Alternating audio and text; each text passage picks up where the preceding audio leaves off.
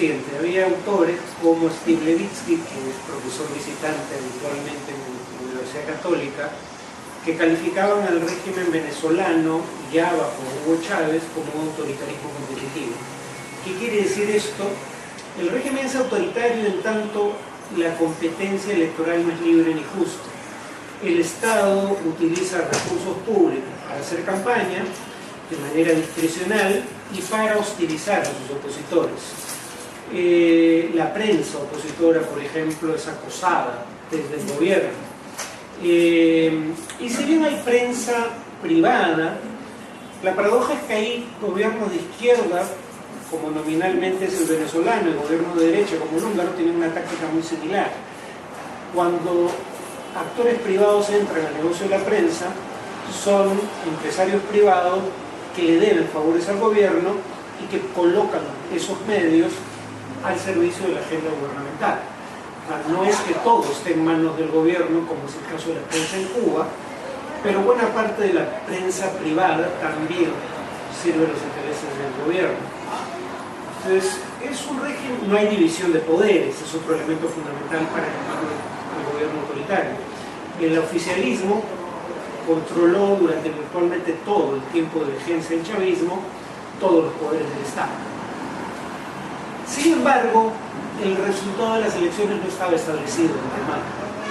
El régimen podía ser derrotado dentro de sus propias reglas de juego. De hecho, perdió un referendo para aprobar la reelección indefinida. Entonces, en ese sentido, si bien no era un gobierno democrático, el hecho de que la competencia, no siendo libre ni justa, siendo desigual en el plano electoral, pudiera llevar a un resultado favorable a la oposición, hacía que tuviera sentido participar en las elecciones. Yo diría que el punto de inflexión para decir que ese ya no es el caso y que Venezuela ya no es un autoritarismo competitivo, sino un régimen autoritario puro y duro, probablemente sea el desconocimiento de las atribuciones del Parlamento cuando la oposición obtiene mayoría calificada en las elecciones generales o elecciones, parlamentarias de diciembre de 2015, ¿no? Primero se le priva al Congreso de mayoría opositora de esa mayoría calificada que la oposición tenía, y luego simplemente se le priva de atribuciones, alegando que no reconocen decisiones del Tribunal Supremo de Justicia. Y luego ya, donde finalmente se pierde cualquier semblanza de constitucionalidad, es con la convocatoria de una Asamblea Nacional Constituyente, donde para empezar ahí sí hay indicios serios de fraude electoral. Como la oposición no participó, el gran reto del régimen era el nivel de participación, y ahí empieza a haber una suerte de chantaje, donde si tú no vas con un carnet, digamos, carnet de la patria, ¿no?, que entre otras cosas está vinculado al sistema de reparto de víveres, después de haber votado para certificar que votaste, corres el riesgo de tu condición de receptor de beneficios por parte del gobierno. Y, por ejemplo, las agencias de noticias como Reuters señalan que poco antes del cierre de las mesas no llegaba a mostrar alrededor de 5 millones el total de votos emitidos, y luego cuando se hace el recuento el total de votos supera los 8 millones. Entonces, esa es, digamos, una elección donde claramente hay signos de fraude, por un lado, y por otro lado, uno de los propósitos de convocar una Asamblea Nacional Constituyente es crear un organismo presuntamente elegido por voto popular que reemplaza al Parlamento elegido por voto popular, en donde tenía mayoría la oposición. Ahí el tema, sin embargo, ¿cuál es? La oposición, básicamente, aduciendo, con razón, en mi opinión, que no había condiciones para una elección legítima, boicoteó la Asamblea Nacional Constituyente, como está amenazando con boicotear las elecciones presidenciales del 22 de abril. Si es que no cambian las condiciones, si es que no hay, por ejemplo, un Consejo Nacional Electoral independiente. Siendo esa, o por ejemplo, una reivindicación legítima, El problema es qué pasa si el gobierno sigue adelante con la elección y logra realizarla con los menores contratiempos posibles, como ya ocurrió con la Asamblea Nacional Constituyente. Pues acá el tema es, más allá de lo que sea lícito, justo, constitucional, este no es ya un gobierno democrático, si alguna vez lo fue, por ende el tema es que quejarte por lo injusto de las reglas del juego no basta para cambiar la tendencia. Como actor político tienes que tratar de establecer una estrategia que logre tus propósitos pese a ese tipo de contratiempos, no simplemente ignorarlos y pretender que como tú no participaste, la elección ha sido deslegitimada. El autoritarismo cognitivo del cual hablaba Farid es un buen término, buen concepto para entender la realidad del Perú en los 90s, en gran parte de los 90s durante el gobierno de Alberto Fujimori, y también para entender gran parte del gobierno tanto de Hugo Chávez como, por lo menos en sus inicios, en una parte del gobierno de Nicolás Maduro.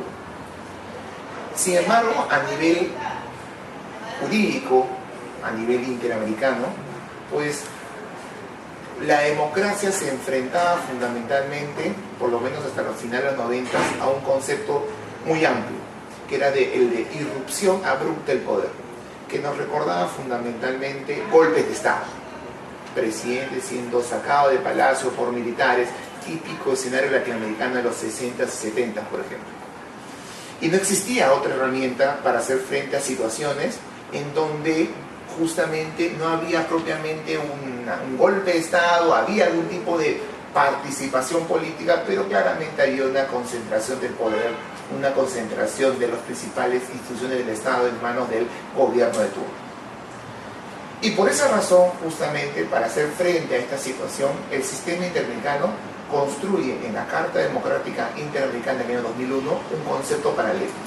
Y ya no solamente la Carta Democrática Interamericana habla de interrupción abrupta del poder, también habla de alteración del orden constitucional, es decir, no hay que estar frente al típico golpe de Estado para ver cómo la democracia se ve quebrantada, también se dan situaciones donde la democracia se ve alterada, y justamente este concepto de alteración trata de incluir situaciones como la que vivió el Perú en los 90s y como la que vivía Venezuela, por lo menos hasta hace poco tiempo. Pero al igual que como señala pues Farid, y estoy totalmente de acuerdo, la situación en los últimos tiempos, en el último año y medio, pues se ha degenerado completamente. Ya es imposible hablar de simplemente alteración, lo cual ya es una afectación a la democracia. Hoy en día me parece que hablar en todos los términos de un gobierno autoritario, al haber simplemente fracturado la división de poderes, a lo que se denota justamente con el desconocimiento del papel del Congreso de la República, ya constituye pues un golpe de Estado, una interrupción abrupta del orden constitucional de la democracia. Entonces estamos de acuerdo en que en este último tiempo, año y medio, estamos frente a una situación que ya no admitiría ningún tipo de discusión, si es autoritarismo cognitivo, si no lo es, si es alteración o interrupción del orden democrático. Me parece que llegamos a un punto donde ya esa discusión ha pasado de lado frente a un escenario claramente autoritario, claramente fracturador de la democracia. Primer punto. Segundo punto, y es que también hay que, cuando hablamos de Venezuela, en la actualidad hay que incluir un segundo elemento que creo que es aún mucho más complejo, que es la situación económica y la situación humanitaria que existe. ¿Y por qué es más complejo? Porque si bien los países, entre ellos el Perú, cuentan con algunas herramientas a nivel multilateral para cuestionar situaciones antidemocráticas como vive Venezuela, no existen herramientas para cuestionar situaciones económicas. Es decir, uno no puede decir ese modelo económico, lo puede decir el Congreso de la República Peruana. El Congreso no representa al Estado, no construye, no determina la política exterior del Estado peruano, pero el gobierno no lo puede decir. Ese modelo económico está causando tal y tal desgracia en Venezuela, porque claramente eso podría incurrir en injerencia interna en asuntos de otro Estado. Por eso, si uno se da cuenta, los Estados son muy cautos al hablar del tema económico. Hablan del tema humanitario, hablan de las consecuencias que el tema humanitario puede estar causando, sobre todo en temas de migración hacia nuestros países, hablan acerca de acerca de la posibilidad de ayudar o de brindar ayuda a lo que el régimen de Maduro se ha puesto, por lo menos hasta este momento. Cuando hablan, pues no hay un cuestionamiento directo a un modelo económico, porque obviamente en ningún país, y me imagino el Perú de los 80, siendo cuestionado por toda la región por tener un modelo económico que claramente fue un fracaso. Hablo del gobierno específicamente de Alan García Pérez, el primer gobierno. Entonces, la injerencia de los asuntos internos. Por eso estamos hablando no solamente, Venezuela reúne una serie de problemas. Entre los más resaltantes, el tema democrático, donde se cuentan herramientas, y el tema económico con consecuencias incluso sobre temas humanitarios y de seguridad, considerando que un país como Colombia no se encuentra preparado para recibir a más de medio millón de venezolanos en tan corto tiempo. Así que hablamos de dos temas centrales como principales dentro de lo que está pasando hoy. Ahora, un último tema, y es que también sería interesante para hablar de lo que pasa en Venezuela, y es cómo ha cambiado la situación en tan poco tiempo. Hace año y medio yo estaba convencido que el régimen Maduro estaba camino hacia su desaparición, en un contexto, año y medio, 18 meses, en un contexto donde el régimen Maduro estaba siendo cuestionado con marchas, había violencia en las calles, había una presión internacional muy fuerte, habían rum de golpe de Estado, incluso se comenzaban a presentar algunas muestras dentro del mismo sector militar de cuestionamiento al régimen. Eso podría ser el inicio y el final de un régimen al cual le faltaban aún más de 2 años para terminar. Ha pasado año y medio y uno lo que ve es una oposición fracturada, debilitada, un gobierno que dentro de todos los problemas económicos que vive Venezuela, un gobierno que ha sabido construir sus alianzas con sectores claves que los mantienen en el poder, básicamente a los militares, una oposición internacional que se enfrió dentro de OEA y que ahora, en el contexto actual, parece que se puede enfriar un poco más. Entonces uno ve a un Nicolás Maduro con todas las posibilidades de ser reelecto en un escenario claramente autoritario por algunos años más en Venezuela.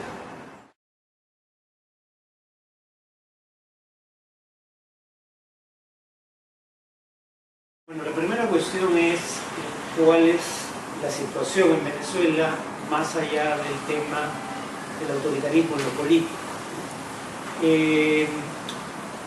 Habría que decir que en lo económico, desde hace ya un buen tiempo, según una tabla que compilan 2 economistas y que lleva sus nombres, la tabla de hiperinflación Hanke Cruz, desde hace ya un buen tiempo Venezuela ha entrado en un proceso de hiperinflación. Y esta tabla tiene datos interesantes para pensar en lo que puede ocurrir en Venezuela, ¿no? Y acá retomo algo que había comentado candidato. Cuando uno ve la tabla de países que han pasado por hiperinflación en los últimos... La tabla empieza a fines del siglo XVIII, si me equivoco. En todo caso es más o menos los últimos 100, no. Creo que empieza en el siglo XIX. Son unos 120 años más o menos de casos de hiperinflación registrados. Cuando uno ve esa tabla, llama la atención la cantidad de casos en donde la hiperinflación va acompañada de cambios en regímenes políticos o cuando menos de cambio de gobierno. Cosa que, si bien creo no ha sido teorizada, es intuitivamente plausible. Porque la hiperinflación suele ir acompañada de caídas dramáticas en el Producto Bruto Interno, o sea, en el tamaño de la economía. En el caso venezolano, una caída de alrededor del 30% en un periodo de unos 5 años. Y por otro lado, suele ir acompañada de descontento y por ende de inestabilidad política. Dicho esto, si bien la hiperinflación hace más probable un cambio de gobierno, y Venezuela está atravesando una hiperinflación, otra cosa que llama la atención en esa tabla es que la segunda hiperinflación más alta jamás registrada es la de Zimbabue, hacia el año 2007-2008 aproximadamente. Lo menciono porque Zimbabue, sin embargo, fue un país gobernado hasta el año pasado de manera ininterrumpida por más de 2 décadas por un mismo presidente, que siguió siendo presidente de la República pese a destruir la economía del país. Entonces acá el tema es el desastre económico no basta para provocar la caída de un régimen político, mientras, como fue el caso en Zimbabue, la élite gobernante siga apoyando al dictador o al autócrata. Mugabe sobrevive al colapso de la economía y a la hiperinflación, a lo que no sobrevive es al intento de traicionar a sus viejos aliados, líderes militares y políticos que fueron compañeros en la guerra por la independencia del actual Zimbabue, para intentar colocar como sucesor en el cargo de presidente a su esposa. Entonces, a lo que voy es dividir la cúpula gobernante, es algo importante para propiciar un cambio político en régimen autoritario. Creo que eso es algo que la oposición o no ha intentado hacer, o en todo caso no está en capacidad de hacer porque sus promesas no son creíbles para sectores de las Fuerzas Armadas, por ejemplo, que si bien están en un país en serio declive económico, tienen una serie de compensaciones a cambio, por lo menos se la van tomando, pero no solo ellos, ¿no? Control de distribución de alimentos, control de empresas públicas, acceso privilegiado a divisas, al tipo de cambio oficial, al más preferencial. La mitad de los ministros son militares en actividad o en retiro, la mitad de los gobernadores son militares en retiro. Entonces, eso es lo que no ha cambiado en Venezuela. Es el desastre monumental del manejo económico y que no es producto de una guerra económica. Cuba podría utilizar ese argumento, porque Cuba sí ha sufrido una digamos, política de sanciones económicas generalizadas por parte de Estados Unidos, que hasta la revolución en ese país era su principal socio comercial. Venezuela recién tiene sanciones de Estados Unidos dignas de ese nombre desde agosto del año pasado.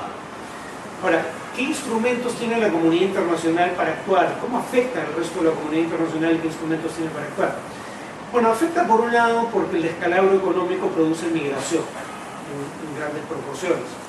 El Perú, no siendo país vecino de Venezuela, no tiene una gran cantidad de migrantes venezolanos. Estamos hablando de alrededor de 100.000 personas, pero Colombia, que sí es un vecino, con el que hay una interacción económica constante desde hace mucho tiempo, tiene ya más de medio millón de venezolanos residiendo en su territorio. Entonces, la crisis humanitaria de Venezuela no se queda dentro de la frontera de Venezuela, trasvasa a los vecinos. Y la otra cuestión es, nadie viola tu soberanía cuando te obligan a cumplir aquello que te comprometiste voluntariamente a cumplir.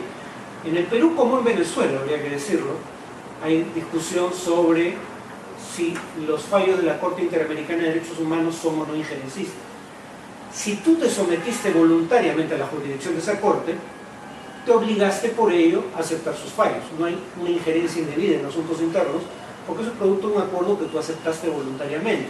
Dicho sea de paso, lo mismo ocurre cuando el Estado peruano pierde casos ante el CIADI, una suerte de tribunal arbitral creado por el Banco Mundial para dirimir conflictos entre empresas extranjeras y estados, y obliga, como probablemente va a ocurrir con un diferendo con una empresa canadiense, al Estado peruano a pagar una indemnización de como $30 millones.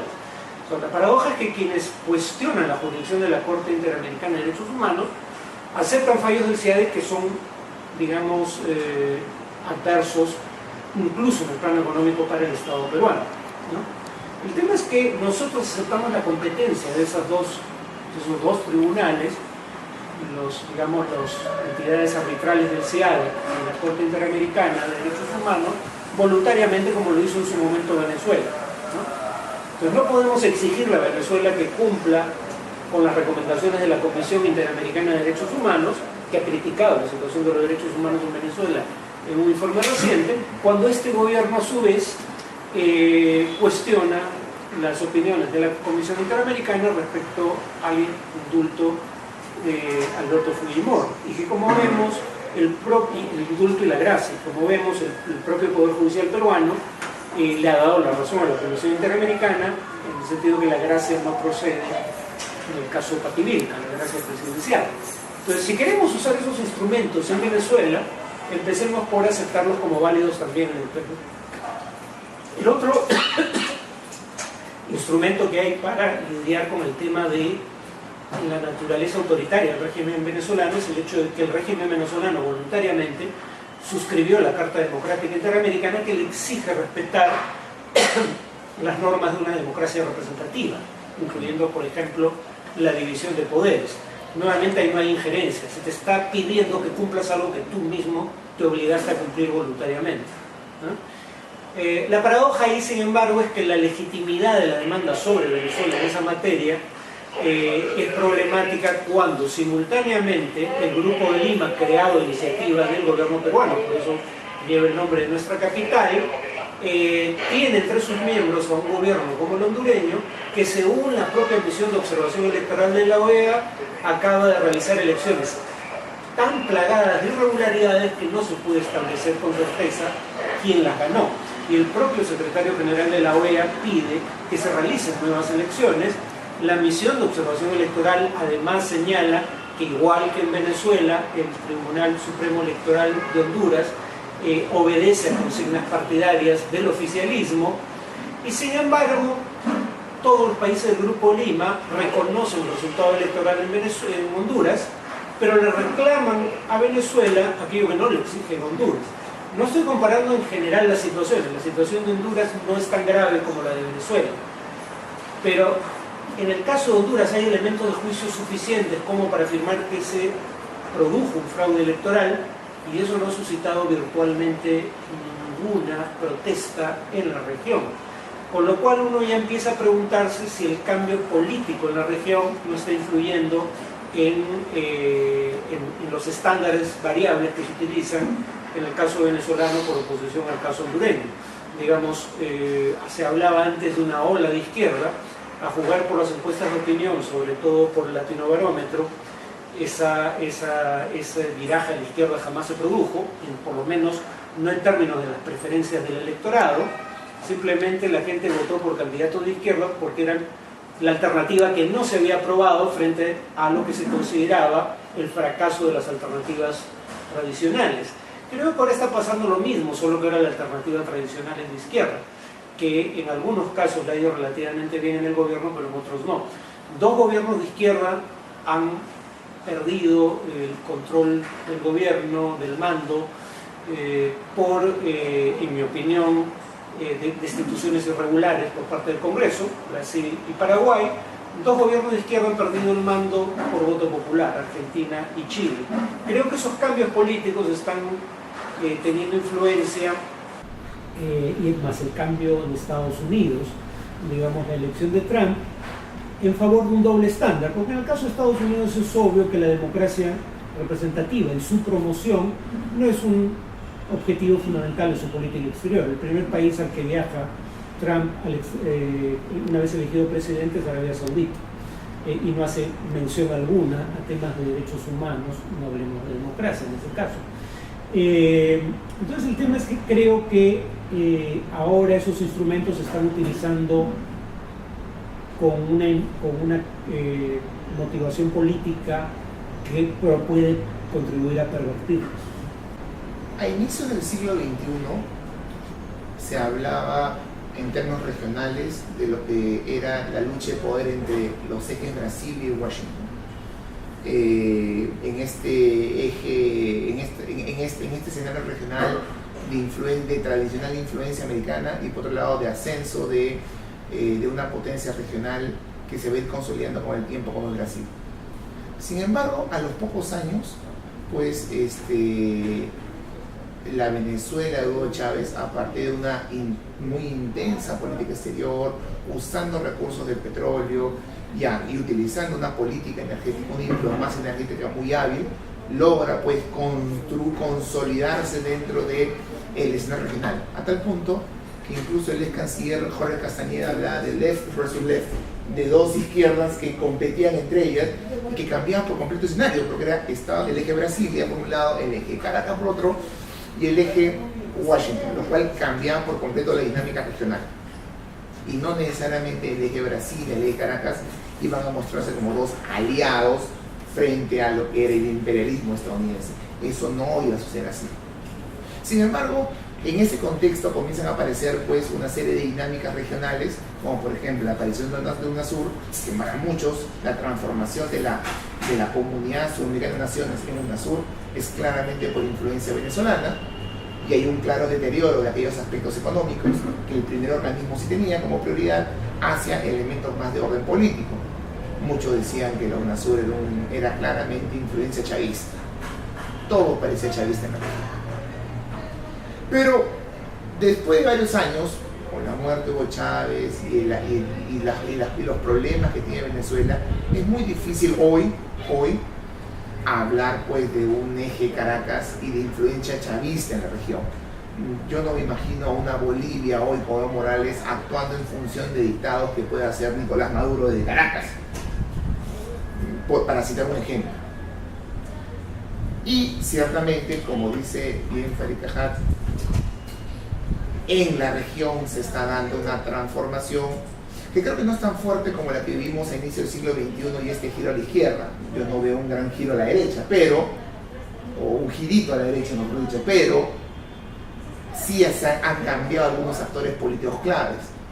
Argentina, Brasil, son importantes cambios que se han dado en la región que de alguna manera han cambiado este equilibrio existente y que de alguna manera muestran a esta izquierda latinoamericana que con tanto auge surgió a inicio del siglo XXI algo mucho más debilitada de lo que estaba hace un par de años.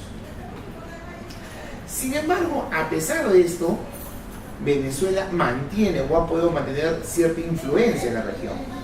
No por algo la Carta Democrática Interamericana no se le puede aplicar, y eso ha sido el año pasado, porque para aplicar la Carta Democrática Interamericana en la región requieres 24 de 36 votos, y no hemos podido lograr los 24 votos. ¿Y por qué? Porque aún Venezuela tiene influencia, tiene un Petrocaribe en donde abastece petróleo subsidiado, precios muy baratos a muchos países del Caribe, pequeñas islas. Es líder en el ALBA, siendo el ALBA una organización que tiene 12 países, ninguno de ellos parte del Grupo de Lima. Entonces Venezuela aún tiene algún nivel de influencia. No es casualidad que en la próxima semana se va a realizar en Caracas una reunión del ALBA, en donde justamente van a ver todo el tema regional y seguramente la participación o no de Venezuela en la Cumbre de las Américas, lo cual denota que alguna influencia tiene. Y los resultados van a decirnos qué tanta influencia tiene Venezuela para, por ejemplo, me imagino, condicionar la presencia de los países del ALBA a la Cumbre de las Américas. Entonces yo creo que Venezuela, a pesar de estos cambios que se dan en la región, tiene cierto nivel de influencia en algún sector de la región. Sin embargo, también es cierto que estos cambios han permitido que países como el Perú tengan o asuman un mayor liderazgo en materia de crítica a Venezuela. El Grupo Lima, con cierto liderazgo peruano, es claramente una articulación en un contexto totalmente mucho más favorable para posicionar a Venezuela en la región. No estamos de 4 años, donde Rousseff se encontraba en la presidencia de Brasil, donde Kirchner se encontraba en la presidencia de Argentina, para citar dos importantes ejemplos. No, hoy en día el contexto regional permite una mayor crítica.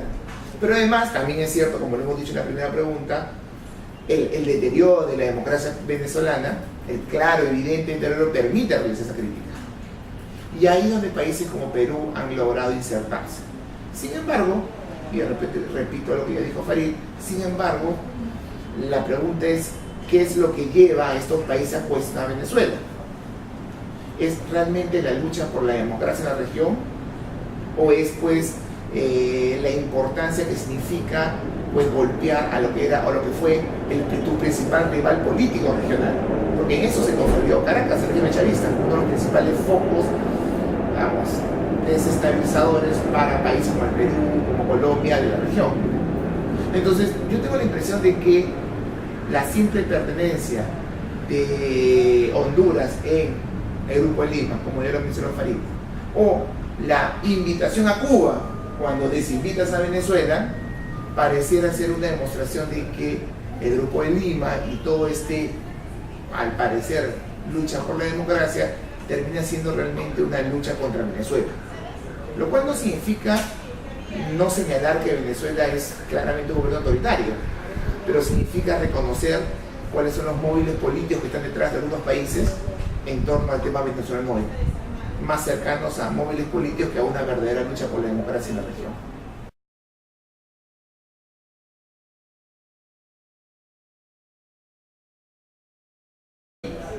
El gobierno peruano, en este intento de liderazgo frente al caso venezolano, ha asumido, tenía que asumir un papel mucho más abierto frente a la migración, entendiendo pues la migración como producto de un desastre humanitario que vive Venezuela. Entre paréntesis, cuando hablo de desastre humanitario hay que diferenciarlo esto del término crisis humanitaria.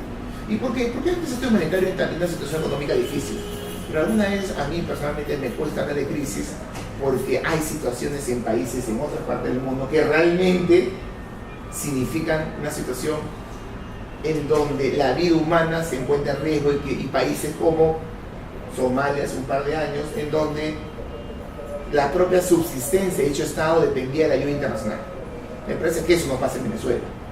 Hay una situación crítica, económicamente difícil, con índices de pobreza muy altos, pero hablar de crisis humanitaria, término que se utiliza en situaciones mucho más graves que se ven en otras partes del mundo, me parece que algunas veces puede ser exagerado. Sin embargo, hay una situación difícil y esto provoca una migración. Y el Perú, en este liderazgo, tenía que establecer algunas herramientas para ayudar a los venezolanos y crea el PTP, este permiso temporal de permanencia, que de alguna manera, en aras de no considerar refugiados, que es un trámite mucho más complejo, pues le da un permiso temporal en tanto la situación pues pueda cambiar. Y eso le permite pues trabajar y llevar a cabo una serie de actividades que como ilegal tendrían mayores problemas. Ahora, pero claro, la situación comienza a desbordar. Y ya son 250.000 venezolanos en Panamá, 500.000 de venezolanos en Colombia, 250.000 venezolanos en Ecuador, 100.000 venezolanos acá, 40.000, un poco menos de 40.000 venezolanos en Brasil. ¿Y qué se debe hacer al respecto? Y acá y el problema de este tipo de situaciones migratorias es que tú lo puedes abordar de dos puntos de vista. El punto de vista humanitario, reconociendo una situación de gente que se va porque quiere sobrevivir, porque quiere mejorar, porque quiere satisfacer sus necesidades que no puede hacer en su país. O el tema de seguridad. 100.000 venezolanos, cómo transforman los servicios de salud, qué efectos pueden causar sobre la delincuencia, etc. Entonces, yo creo que hay dos enfoques, y cada enfoque obviamente merece debates distintos y respuestas distintas, que yo no quiero profundizar, digamos, pero que de mi punto de vista estoy completamente de acuerdo en que el mundo es un mundo globalizado, un mundo en el cual las personas, el flujo o el movimiento de personas es cada vez más intenso a nivel global, de que nosotros somos un país que por primera vez creo que en la historia estamos recibiendo grandes flujos migratorios, siempre fuimos un país de emigración o de inmigración, ahora estamos recibiendo grandes flujos de personas, lo cual es novedoso para nosotros y eso habría que reconocerlo. Y también habría que analizar cuál es la composición del migrante venezolano que viene al Perú, porque yo tengo la impresión que muchos de los que han venido, por lo menos de un inicio, han sido o peruanos o hijos peruanos. Entonces, cuando hablamos del migrante venezolano, muchas veces estamos excluyendo a que finalmente son ciudadanos peruanos, pero que han vivido gran parte o toda su vida en Venezuela. Entonces, yo creo que para hablar de la migración de venezolanos al Perú, falta conocer mucho más acerca de la naturaleza misma de esta migración, de la dinámica de esta migración, del perfil del migrante venezolano que viene al Perú. Yo tengo la impresión que su perfil es un perfil de un nivel educativo más o menos alto. Me recuerda mucho la migración siria a Alemania, de un perfil universitario por lo menos. Un migrante pobre sirio no tiene la capacidad de pagar $20.000 para llegar hacia Alemania, comencemos por eso. Entonces, tengo la impresión que cuando uno ve el migrante venezolano, y esto es parte de una impresión mía, estamos hablando de un tipo de migrante que si bien viene para mejorar su vida, es un tipo de migrante de una calidad educativa bastante alta. Entonces yo creo que falta conocer un poco este fenómeno para realmente dar respuestas a este fenómeno, pero siempre estas respuestas tienen que ir orientadas hacia entender un problema, entender la realidad de un mundo globalizado y entender pues nuestro pasado también de migración hacia Venezuela y entender que hacia eso va el mundo. La primera cuestión, habría que recordar que de no haber un acuerdo legislativo en los Estados Unidos sobre los jóvenes receptores de los beneficios del decreto migratorio aprobado por Barack Obama, que fue derogado por Donald Trump, 750.000 jóvenes, algunos de los cuales llegaron a Estados Unidos siendo bebés, jamás violaron una norma, cumplen requisitos laborales y educativos establecidos por el decreto de Obama. 750.000 jóvenes, básicamente latinoamericanos, podrían ser reportados a partir de marzo, podrían cuando menos comenzar a ser reportados, y que entre esos 750.000 jóvenes, según el Pew Research Center, unos 7.500 son peruanos, que podrían, reitero, empezar a ser reportados a partir del próximo mes, en unos días nada más. Si a alguien le parece que eso es injusto para con nuestros compatriotas, debería aplicar el mismo criterio a los venezolanos, que están en el Perú, habría que recordarlo, cumpliendo con las normas migratorias del Estado peruano. Se habla de ingreso de venezolanos indocumentados. No hay ninguna necesidad de entrar de manera indocumentada al Perú siendo venezolano, porque los venezolanos no necesitan visa. Lo que podría decirse es, tal vez hay algunos que tienen visa o que han ingresado, como turistas y que están trabajando sin tener visa laboral. Pero lo que no se puede decir es que haya, como algunos periodistas señalan en medios locales, una cantidad mucho mayor a la establecida por el cálculo oficial, porque no hay necesidad, no hay necesidad de visa para entrar al Perú.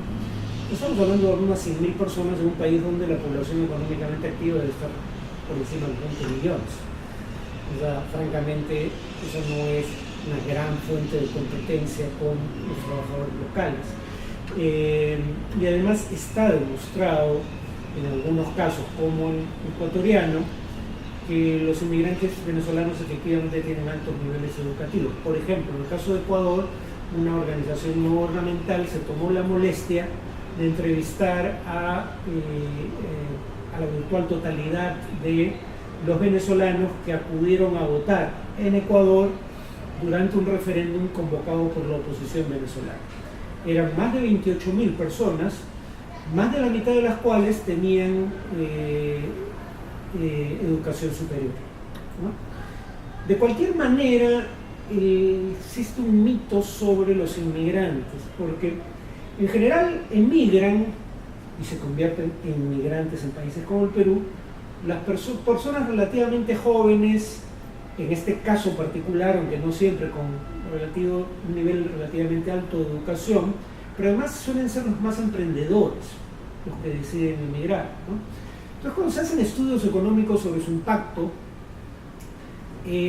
suele ser positivo. Se dice, le quitan trabajadores a los ciudadanos del país receptor. Eso solo tendría sentido si tú partes de la premisa de que hay tal cosa como una cantidad fija de trabajos disponibles y que entonces, claro, el trabajo que toma un venezolano lo pierde un peruano.